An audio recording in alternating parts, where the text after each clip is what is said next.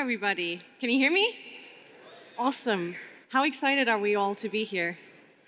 Good conference so far? There we go. Nice. And hello also to everybody who's joining remotely. Super, super awesome to have you all. And like you already were told, this is actually my second time here because that is just how excited I am to be sharing this with you. Do you think we can make it even better than yesterday? Yeah. There we go. Nice. Yesterday, I received a really interesting question, and it was, what's the difference between a good engineer and a great engineer? And I didn't really have an answer, but I reflected a little bit, and I came to this conclusion. Good engineers can tell you what's possible and what isn't, but great engineers find out how to make the impossible possible. And what I mean by that is there's this mindset of nothing cannot be achieved. If you just try and work on it, you can probably make it. I did not have that mindset when I joined Spotify 4 years ago, and I've grown so much and learned so much over that time, and that is why I'm talking to you today. That is like my experience bundled up that I want to share with you. And I couldn't have done it alone either. It was really, really important to have the relentless support of my managers, the people around me, the rituals and tools that we have in place at Spotify. So if anything in this talk catches your attention, that's where you can head in case you want to get a job. We are on a hiring spree this year. And for this specific talk, I also have to thank a couple of people. It is based on my experience, but I wanted to also validate, is it just me? Do other people feel the same way? So I actually interviewed a couple of people. I interviewed 2 managers, Linda and Nafisa, and also a staff engineer called Aaron, as well as Tejas, who's actually on the other stage speaking right now. So thank you all for coming here and missing out on his amazing talk. Sorry.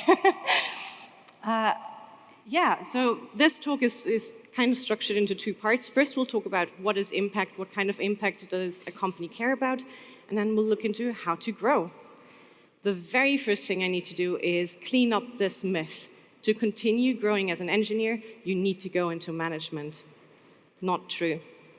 A lot of companies, including Spotify, actually have dual career tracks. That means if you're a senior engineer or a senior engineering manager, those are equivalent, oftentimes also in terms of salary. And you don't have to stay on one track. You can change between them. It's going to help you, but you don't have to. But now, what's the difference between an engineer 2 and, say, a staff engineer? I think it's their sphere of impact. So as a more junior developer, maybe you're actually just focusing on making yourself better so that in the future, you can provide more value. Maybe you're only working on a couple of files or that one little application. But over time, that sphere will grow and grow until you're maybe having impact on an entire department, or you're designing interfaces between different domains or different systems, right? And how do you grow this? As engineers, I think we have several impact levers that I'm going to talk about, as well as core skills that play into this. And the levers, or these pillars of impact, I've looked at a couple of different frameworks that I found online, career frameworks. They call them different things, but in essence, it's usually a combination of these 3. The first one I want to talk about is mastery. You can call this tech excellence instead, or craft. And the reason why I'm mentioning it first is because this is the very first thing we usually assess in, say, an interview process. This is kind of what enables you to deliver impact, right? And we'll talk about that in a bit. This does not only mean writing code, and that's really important. The more senior you get, the less code you will likely be writing day to day, but you're still doing incredibly important engineering work because you'll be, for example, designing the interfaces between different systems, but you can't do that directly in code. You first have to plan it in a different way. The next one is, this is a pillar where underrepresented groups usually have to do a little bit more work to prove that they got what it needs. So while, if you're a white dude and you say, I'm an awesome engineer, people likely believe that that's true, right? I had to prove that a little bit more. What I heard was, I'm not technical enough. If that happens to you, don't listen to me. Head over there and watch Tanya Riley's talk on being glue. It's changed my life. The next one to talk about is business impact. And I already mentioned that mastery is kind of an enabler, right? Mastery can only get you so far, because if you're just using your tech know-how to rebuild the same application over and over again, you're not actually providing any value. And that is what your company is actually paying you to do. So instead, if you use that to say, I don't know, improve the conversion flow, improve conversion by 3%, or maybe you're, I don't know, removing this repetitive task, and by that saving $10,000, right? That is business impact. And to be really good at this, you need to understand your business problems. You need to understand what problems your business is facing over time. You need to understand the product vision and the business vision. And if you can do that, the great thing is that we oftentimes have these really hard decisions to make between a little quick hack and this super scalable system that will live for years and years to come. How do you know which one you should go for? Knowing what problems the company is actually facing can help you decide. And the last one is culture. And this is really hard to quantify, but if you have a good culture at a company, you'll probably feel safe, you'll feel good there, you want to stay there for a longer time, right? And there's so much that goes into culture. I'm only going to focus on two things for now: collaboration and innovation. Why collaboration? Well, I'm just one engineer, right? So even if I was the best engineer on the planet, I could still achieve more if I could level up other people to my level. And then innovation. Why innovation? We all work for companies that depend on creativity and innovation to stay ahead of their competition. So if we can, for example, help as engineers to foster an environment where people feel safe to be their true selves, come up with that stupid idea, try it, fail, learn from it, try again until you succeed, you can actually foster innovation. And this might look different at your company. So it's really important that if you want to make a career at that specific company, you talk to the people you have to talk to figure out what matters to them. And we said it's not only these levers of impact that are important, there's also core skills. What are those? I don't like the word soft skills, although that's what you've usually heard them referred to as before. This is basically what enables you to do that work, right? To work on those pillars. You need that to work with other people, basically. That's what it's going to enable. And in my interviews with the people at work, sorry, do you want to take the photo? There we go.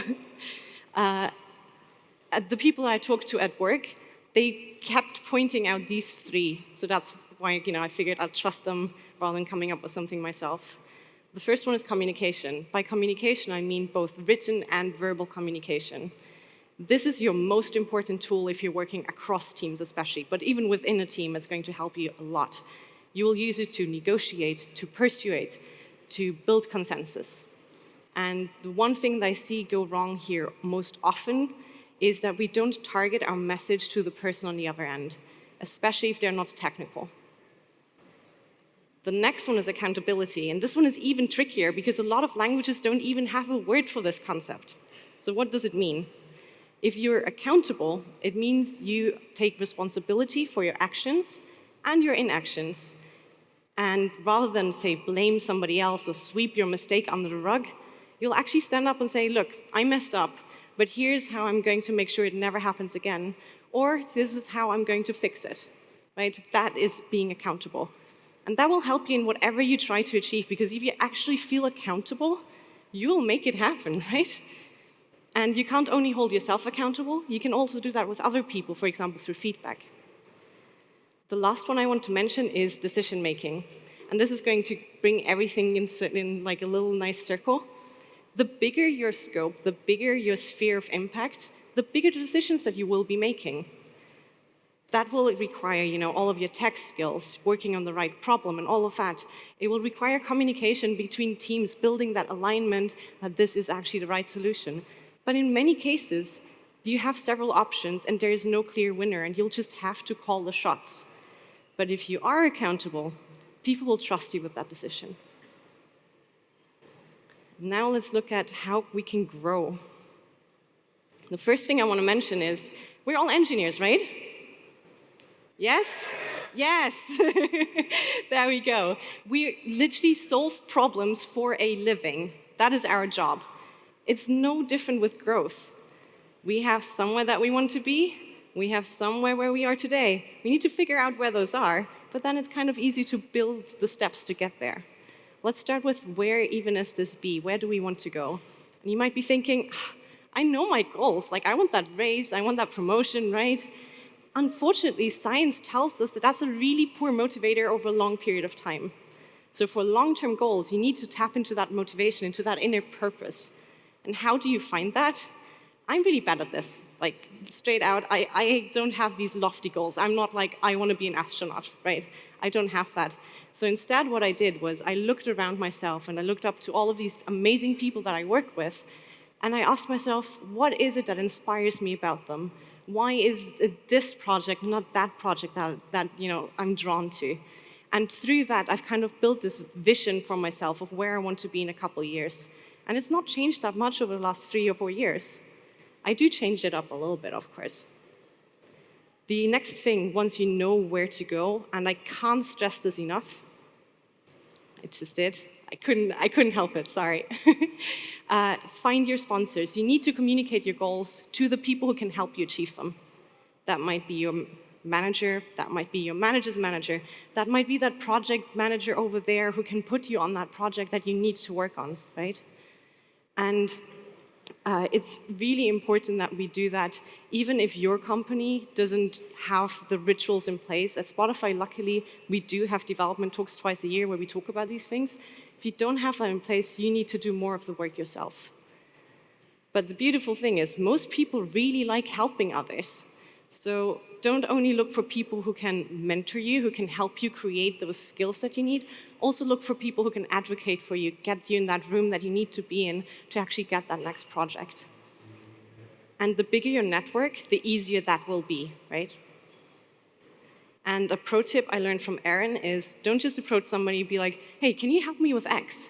Go to them and be like, I know you're an expert in X. You, yeah, exactly. Is there anything that I can do to take something off your plate and help you? The next thing, obviously, if I don't understand where I am today, feedback can really help you with that. And that's super, super terrifying, right? The first time I heard that Spotify has 2 development cycles a year, and you have to gather feedback from all of your peers, non-anonymous, I was like, shit, like what am I gonna do, right? But the 3 things that happened were, number 1, my imposter syndrome disappeared because all of a sudden, all of these people were telling me I was doing much better than I thought myself. Number 2, I actually understood that I had made progress because that feedback that I received 6 months ago didn't show up anymore. And the third thing that happened is I actually did get those pointers of other areas that I might want to improve. And on top of all of that, having those really honest but personal and good conversations with each other actually builds a mutual trust between you and your colleagues. Cool, we now understand where we are, we understand where we want to go. Now it's about figuring out that way there. And obviously you can't all do it in one go, right? You'll have to slice this into several milestones or smaller goals. I usually try to look for goals that are maybe 3, maybe 6 months out, something like that. And this is kind of my formula for those. So the most important thing here is that I have the reason of why I want to do this on there. That means if for some reason this goal didn't work out, I still know what I actually wanted to achieve and I can do something else instead. I then also have a metric. How do I know if I succeeded or not? Actions, concrete smaller steps that I can take in my day-to-day. And super important, support. Do I need to find a project where I can practice that skill? Or do I need to be sent to a conference for this? Can I expense another book, right? And speaking of expensing books, I'm sure you're all thinking, we're all at a conference here, right? So you're like, I'm here to learn. Unfortunately, bad news. 70% of learning happens on the job, 20% in social settings, and only 10% at these formal educational events, such as this conference. That doesn't mean that this conference is not super, super valuable. It just means if we really want to grow, we have to do it in our day-to-day. And how do we go about that? Well, we can marry up our personal development goals with something that the company actually needs to do to succeed. At Spotify, this is usually fairly easy because I go to my manager and say, I want to go into backend, and they probably tell me, well, actually, there's this project that you could be working on. You could embed with this team. There's a lot of stuff that they already do for you. I also brought a couple of examples of what you can do to pair these things up. One coworker of mine wanted to improve his communication skills. So what he did was he offered to run sprint demos and write stakeholder updates. The most boring thing in the world. My manager was like, yes, please take it away, right? But it helped him, and that's the important part. Another example is a friend of mine wanted to get into this new platform. And he knew that his team was going to use that platform fairly soon. So it was an easy sell to go and embed with that team for 3 months to figure out how it actually works inside out. And yet another friend of mine wanted to get into backend development. So his engineering manager suggested, how about you pair up with this other engineer from a different team for 4 hours every week and get that skill going so you can practice what you've learned in theory in courses. The other thing that I need to say about these actions that you can take is, although it's super nice to stay inside of our comfort zone, outside is where the real magic happens. And that's scary, right? That's really, really scary. I was absolutely terrified when my manager asked, hey, Iris, do you want to lead this huge company-wide backend-heavy initiative? I'm like, I'm a web engineer. Do I really have to, But I did it anyways, and it worked out, and I've never grown as much in such a short period of time as in those 3 months. And now I'm hooked. Now I'm like, is this initiative uncomfortable enough? Can I find something that's even worse, And it really helps. But also, pro tip, my manager paired me up with somebody else, with a staff engineer, to make it less scary for me. Somebody who would not directly be responsible for it, but who has my back in case anything happens, who can mentor me a bit. And that just took my fear. All right, we now kind of know where we are. We know how to get to our goal. Now it's just doing it, right? That's easy. Or is it? This has happened to me so many times. I just forget about my goals until 2 weeks before the dev talk. Shit. Well, we've learned from it, though. So my manager and I now check in on our goals once a month in our weekly one-on-ones. And on top of that, I, for myself, have created this little ritual of, in the beginning of the week, checking in on my goals, understanding how can I make progress towards them this week in my day-to-day, and what other priorities do I have this week. The other part is that at the end of the week, I reflect on how it went. I think about, did I need any support? Are there any small wins that I can write down? Any learnings, anything that I can share with other people to make them grow? And another thing that took me way, way, way too long to realize is this. Does anybody else's calendar look something like this? A couple of hands? I feel you. My manager is now based in New York, so this is what happened to my calendar. All of our team events moved to the afternoon, and I moved all of my other recurring meetings to the afternoon as well. I just don't accept meetings in the mornings anymore. And all of a sudden, I have like a good 4 to 5 hours of focus time every single day to work on whatever needs doing. All right, we've now kind of wrapped this thing up, right? Like we understand what kind of impact we want to have, what core skills to grow, and we know how to plan our goals. There's one more really, really important thing that I need to say. This was all about helping yourself grow, but there are almost definitely also things that you can do to help others.